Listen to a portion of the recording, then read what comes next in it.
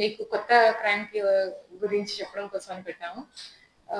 Last అంటే ఫిబ్రవరిలో మనకి ఒక క్రైమ్ జరిగింది.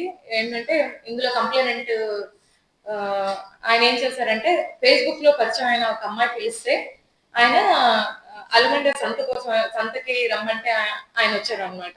వస్తే అక్కడ ఒక ఇద్దరు కాపు కాసి ఆయన్ని కొట్టి ఆయన మెడలో ఉన్న బంగారం చైన్ లాక్కెళ్ళడం జరిగింది. దాంతో పాటు ఆయన డబ్బులు డిమాండ్ చేయడం కూడా జరిగింది. అయితే ఈయన ఏంటంటే నేను ఫేస్బుక్ లో పిలిస్తే నేను వెళ్ళాను అని ఇంట్లో తెలిస్తే మళ్ళీ ఏమవుతుందో అని మనకు ఆయన ఇనిషియల్ గా కంప్లైంట్ ఇవ్వలేదు. ఆ తర్వాత మొన్న 3వ తారీఖున వచ్చి మనకి కంప్లైంట్ ఇచ్చారు. మనం ఆ ఫేస్బుక్ ఈయన మాట్లాడిన చాట్స్ అవన్నీ వెరిఫై చేసుకొని మనం బ్యాక్ వెళ్తే మనకి అర్థమైంది ఏంటంటే ఆ అమ్మాయి వాళ్ళ హస్బెండ్ కలిపి ఈయన్ని ప్రలోభ పెట్టి ఆ మెసేజెస్ అవి పెట్టి ఆయన్ని ట్రాక్ చేశారు అనమాట. ఈ అమ్మాయితో మెసేజెస్ ఆయనే పెట్టిస్తాడు. ఎలా చూస్ చేసుకుంటారంటే శర్మ ఇలా కొన్ని పేర్లు ఉన్న వాళ్ళు ఎవరైతే బయటకు వచ్చి చెప్పడానికి అంటే కాస్త బ్రాహ్మిన్స్ పంతులు లేకపోతే ఫేస్బుక్స్ లో వాళ్ళు చూసుకుంటారనమాట.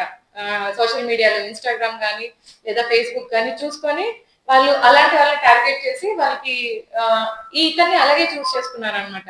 చూస్ చేసుకొని అతనికి మెసేజెస్ పెట్టడం. ఫేస్బుక్ లో ముందు పరిచయం అయ్యారు, ఆ తర్వాత ఒక నెంబర్ ఇచ్చారు. ఓన్లీ వాట్సాప్ కాలే మాట్లాడతారు, వాట్సాప్ లోనే చాట్ చేస్తారు. అలా పరిచయం అయ్యి వీళ్ళ హస్బెండ్ దగ్గరుండి ఆమెని మాట్లాడించేవాడు. అలా మాట్లాడించి అతనికి ఈమె వీడియో కాల్ చేసింది. వీడియో కాల్ చేసి ఆ కంప్లైంట్ ని ఇక్కడికి రప్పించారు. ఇక్కడికి వచ్చిన తర్వాత అతన్ని ఎలా అంటే ఒక ఇద్దరు పర్సన్స్ ఇందులో నలుగురు పార్టిసిపేట్ చేశారు. అమ్మాయి వాళ్ళ హస్బెండ్ కాకుండా జామికి సంబంధించిన అంటే ఈ ఎవరైతే అమ్మాయి తాలూకా హస్బెండ్ ఉన్నాడో వాళ్ళ బ్రదరు ఇంకొక అక్యూజ్ కూడా ఉన్నారు మనకి. అయితే అమ్మాయి తాలూకా హస్బెండ్ వాళ్ళ ఫ్రెండ్ కలిపి మనకి ఎఫెన్స్ చేశారనమాట. అక్కడ అల్మండ్ లో పట్టుకొని ఈయన కొట్టడం, ఈయన మళ్ళీ ఉన్న చైన్ అది లాక్కెళ్ళడం ఇవన్నీ చేశారు.